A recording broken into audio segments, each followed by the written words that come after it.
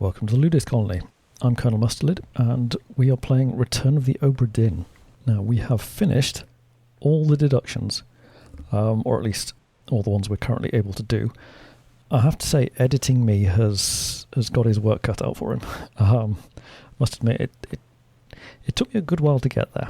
Hopefully by the time this goes out, editing me will have got rid of all the extraneous dithering, but maybe made sure to include all these sort of the aha moments, so you can see how I identified all the characters. Hope you're paying attention, editing me. Right, now, we've just got two fates left to uncover. It's is it Martin Perrott? Yeah, Martin Perrott, third mate, and Philip Dahl, captain steward. We need to find out what happened to them. So hopefully going back to the launch will tell us.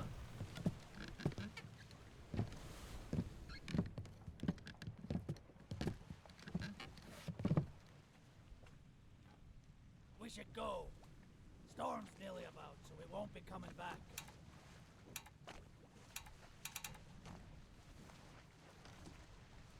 Ah, I see. Okay. Yep, I am ready to leave. Row, you bastard. Row. Finally.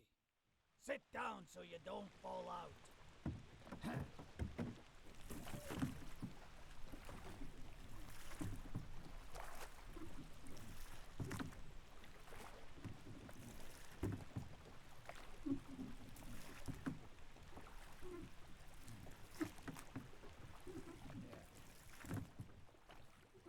Splashing continues for 20 minutes.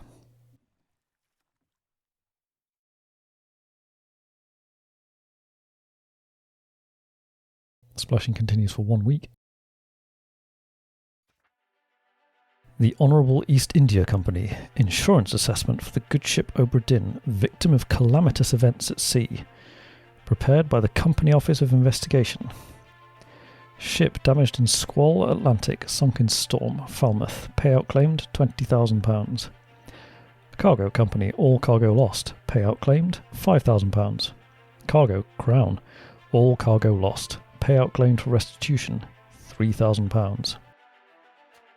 Captain Robert Witterell, fate, suicide, gun, criminal findings, murder of crewmate 4. Estate forfeited to the Crown.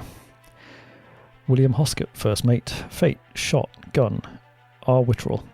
Criminal findings, attempted mutiny, estate fined, £25. Edward Nichols, murder of crewmate, attempted mutiny, theft of cargo, estate fined, £100. Martin Perrott, fate unknown, findings of merit, extraordinary valour, exceptional performance of duties, estate awarded outstanding wages and reward, £90.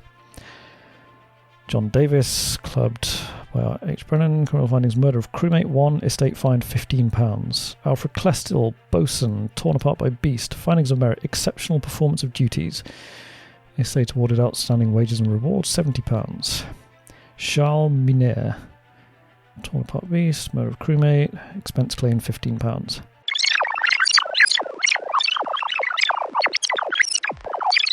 Emily Jackson, criminal findings, murder of crewmate. Was it really murder? Findings of demerit, abandonment of crew and vessel. Does it count as abandonment of crew when she's not actually part of the crew? Estate fine £35. That seems a bit harsh. Miss Jane Bird, abandonment of crew and vessel. See above.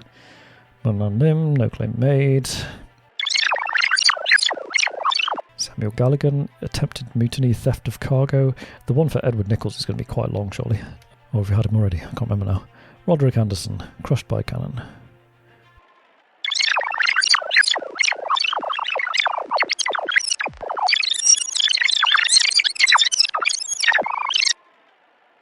Patrick O'Hagan, attempted mutiny, theft of cargo. George Shirley, extraordinary valour. Samuel Peters, nothing much.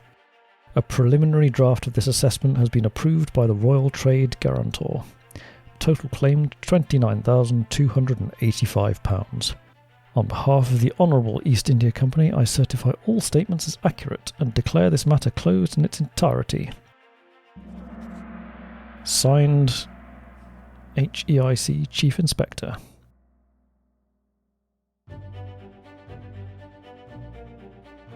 Ooh, the pocket watch remains in your possession.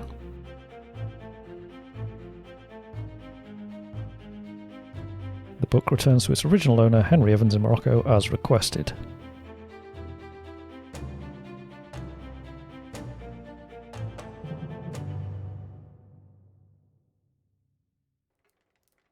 One year later.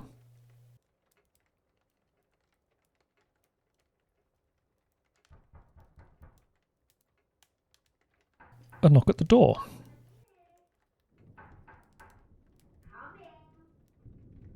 Who could that be at this hour?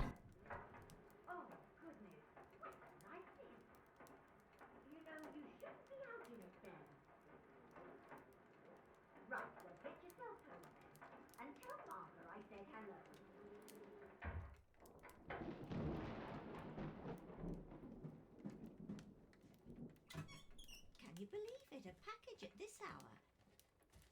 Oh, the thing smells just dreadful. Better you don't open it inside.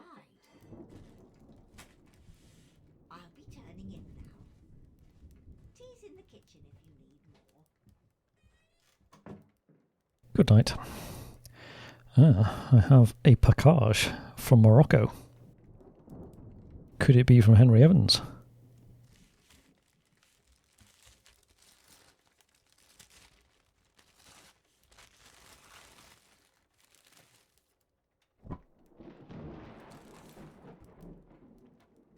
Chief Inspector, I write to you with the unfortunate news that Dr. Evans has passed away. It's not from Dr. Evans. He succumbed to his illness shortly after receiving your package. He was very pleased with your correspondence and asked that his gratitude be expressed by returning the book to you, along with the means to complete it. As for the three of us that remain, the Obra Dinn is a distant memory and a dreadful chapter in our lives that we wish to forget. Do not write back. Regards, Jane Bird. Well, I admire a woman who gets to the point. Oh, I have 3 items I can look at. I can look at whatever this is.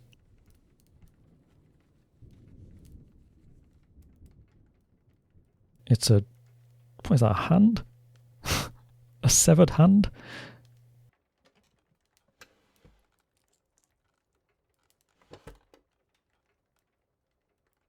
Ah. Something I can use the pocket watch on. Well, that's delightful. That explains why it smelt so much.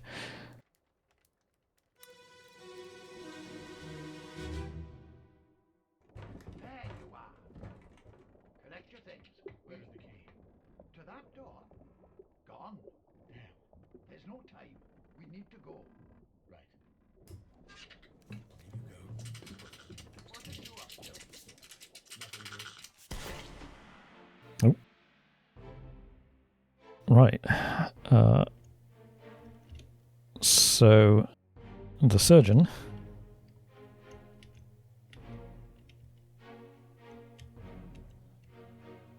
has shot whatever the fuck this is. Oh, it's the monkey. He shot the monkey. You bastard. How could you? What's the monkey ever done? Well, we don't know actually. Maybe the monkey's been up to no good. Oh shit, I forgot there was a time limit on the... damn it.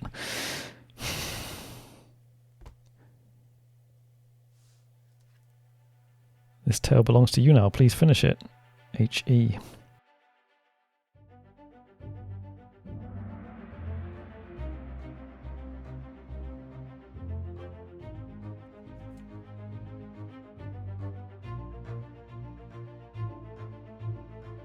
A friendly but not entirely pleasant monkey companion was sacrificed in the pursuit of knowledge.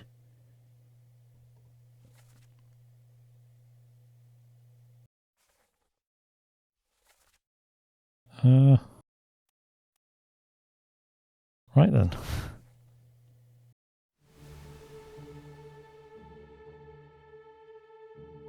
So there's Martin Perrott, who looks like he's been spiked in some way.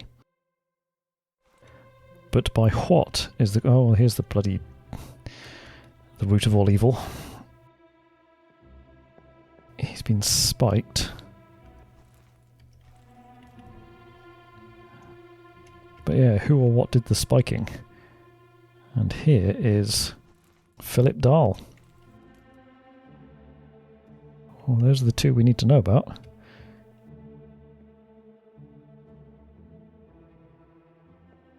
Oh, and there is... yeah, Paul Moss. So, who's talking? I have to hear again to hear which voice was which. Nothing good. That's probably Henry Evans.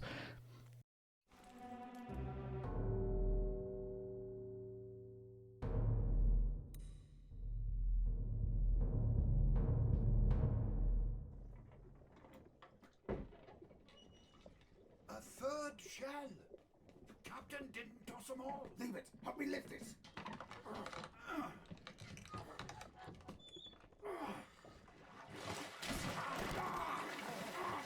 Stop! Why? Well, set you free. Give it the shell. Here. Do it. Hoist it out. To the main deck. Throw it over. Lock the door when you leave. Get the tail, boy.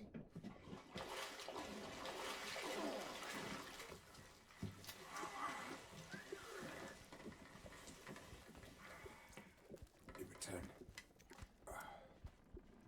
the ship.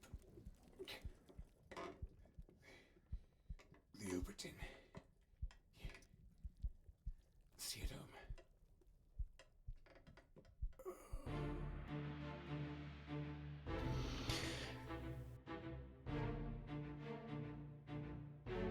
Okay.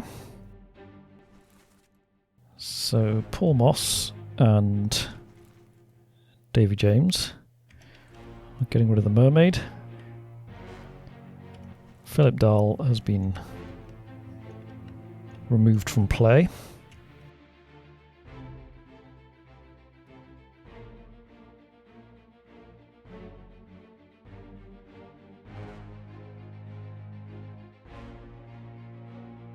And I wish I could go down there.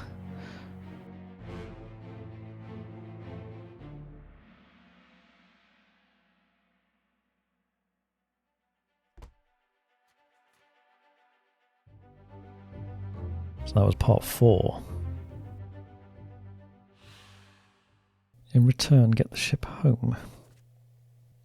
Now, who was he talking to? Was he talking to the mermaid?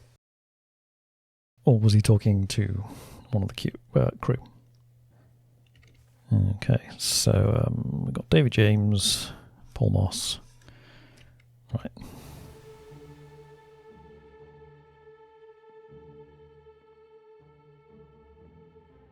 Mermaid's got her shell. Surely everyone's happy.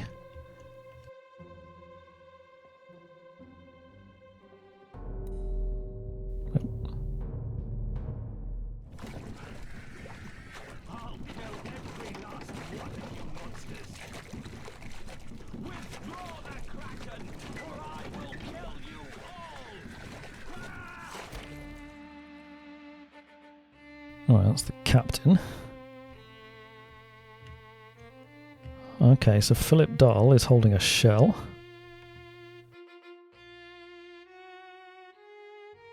Martin Perrott isn't here yet. What is that? Is that like something like a chain?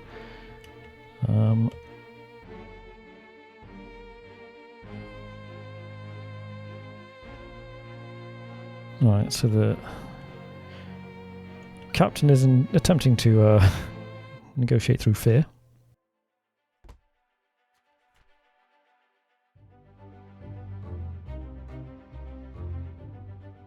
A captured beast fought against its jailer and was speared for the trouble.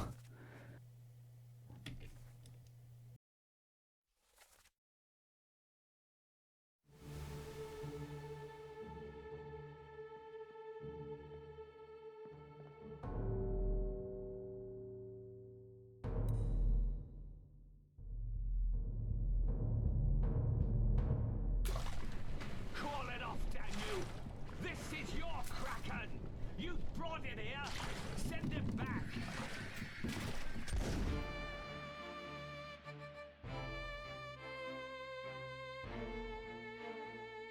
Well, the captain is dispatching mermaids left, right and centre. Philip Dahl is still sitting here with his shell.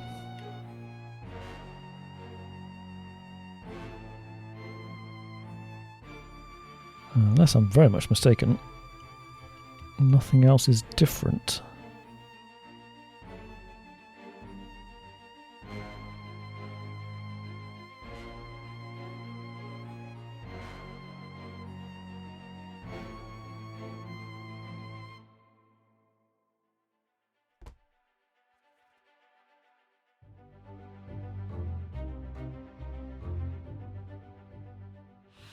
An unholy creature's defiant shrieks were greeted with a fatal bullet.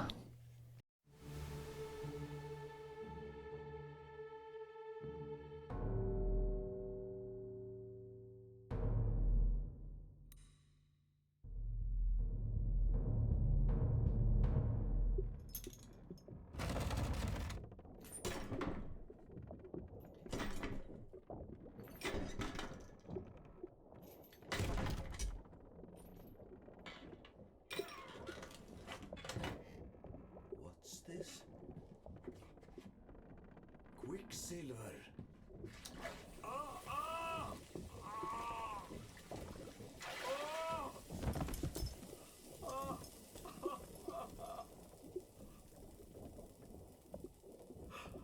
Herre min Gud!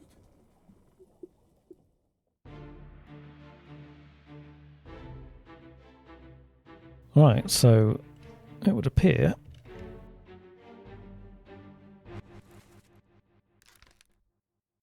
he was oh well, no, it is him. I can't. Okay.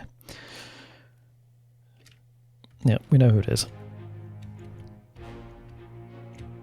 And he appears to have been burned by the shell.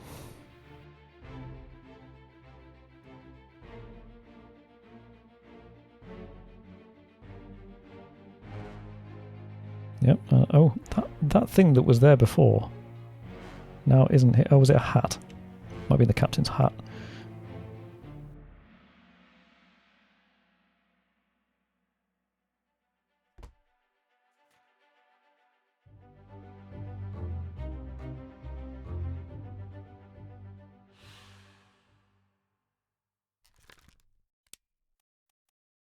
Burned.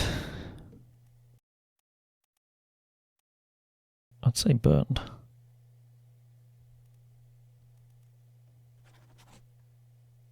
Maybe.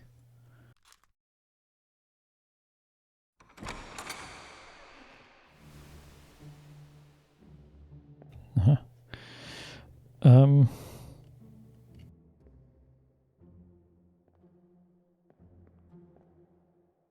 Looks like he's potentially just burned right through him. Does that count as burned? Or does it count as poisoned? Or did it burn him because it's so cold and that's counted as froze? We haven't had a froze, have we? I'm saying burned. It sounded like it was burning. I know we got flames here. Okay.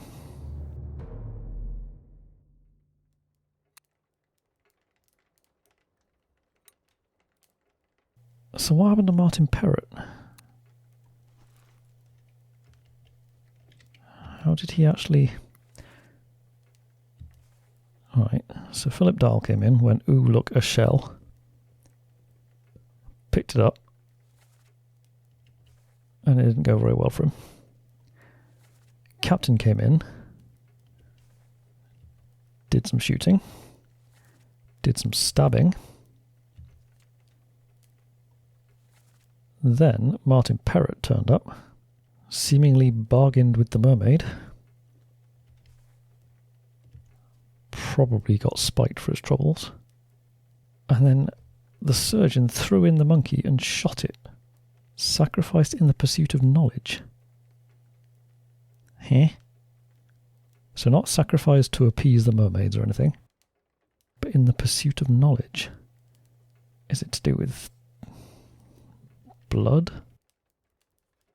Pass. I'm going to say he got spiked by a beast, because that's what it looks like happened.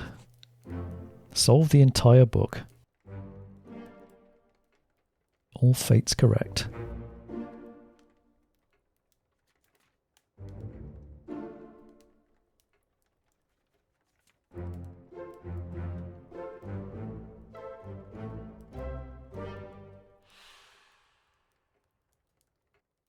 Okay.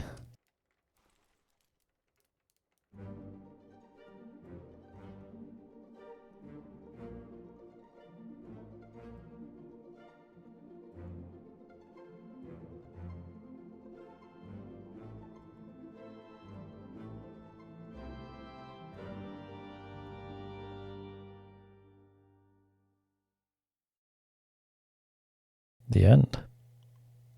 We started at the end, and we appear to have finished at the end. Well, there we go. The mystery she has solved. Well, bits of it. There are still a few bits that I don't really fully grasp. I don't... Why did Philip Dahl kill John Naples? I'm not really sure. A few other bits and pieces here and there where I feel like I haven't quite filled in the gaps, but for the purposes of the game, we have solved it. So, to sum up, well, first of all, as I've already said, I'm going to have to take an axe to these videos to get rid of God knows how much extremely boring footage of me going back and forth between the same memories, trying ineptly to piece things together. I've basically ended up playing through the game probably 2.5 times for reasons I've already gone into. One, I'm an idiot. Two, I'm so used to games spoon-feeding anything resembling important information that I was expecting this one to do the same. And three, my practice of deliberately not looking up anything other than the absolute basics about a new game before I play it, so as to avoid spoilers. I'll skim the first paragraph on Wikipedia to get the year of release and the developer, and then close the tab before I get hit with any spoilers. That may have hampered me on this occasion. I'm sure if you read a bit further, it probably says in which the objective is to use clues to identify the victims and their fates, but I didn't. Oh well. So I think if this game proves anything, it's... well, I did say in the first video that I was crap at this sort of game. I set out that caveat right from the start, so... yeah, if this playthrough proves anything, it's that was not false modesty, it was incontrovertible fact. I mean, it took me until 95% of the way through the game before it even occurred to me that the man holding the wheel, literally at the helm, might possibly be the helmsman. That's the kind of incisive perspicacity we're dealing with here. When it comes to logic puzzles, I am a bumbling oaf. A nincompoop, if you will. A fuckwit. But at least I have my looks. He says, comfortable in the knowledge that he's not doing face cam. But I love this kind of game anyway. Maybe it's the whole ignorance is bliss thing. On that note, thoughts on the game? I really enjoyed it. Particularly once I knew what I was doing. It was refreshing to have a game actually require me to think. Because that's something that most developers appear to be scared of doing. And some of the things I thought were flaws early on, like the difficulty of identifying characters because of the rather primitive graphics, I did later decide they were actually aspects in its favour. It just wouldn't have been the same game with photorealistic graphics. If I did have to nitpick any flaws, it might be that it wasn't entirely clear at first exactly what I was supposed to be doing. And I'm not just talking about identifying people and whatnot, but I mean things like how to use the book. There were functions in there that I had no idea about until I accidentally happened upon them hours into the game. I think I was nearing the latter stages before I found out the thing about the number of triangles in a character picture indicates the difficulty of identifying that character. I don't know. It's possible things like that were deliberate to encourage you to work out things for yourself, but I feel like using the book was an integral part of the gameplay, and so I don't know, maybe a bit more playtesting was warranted on that one. However, as we've just seen from the credits, I am aware that this game was made pretty much entirely by one person, if you don't count voices and so on. So credit to Lucas Pope. So allowances must be made. In that context, I think the game is an impressive achievement. Some of the deductions were very multi-layered. You had certain fates that were set up over several different parts, even chapters. And speaking as someone who struggles with corralling multiple thoughts and is unable to do things like thinking more than 2 moves ahead in chess, just can't do it. Doesn't work. I don't know how he kept track of all the interwoven stories and characters and so forth. I can only assume he had one of those serial killer walls covered in bits of string. So to conclude, excellent game. Big fan.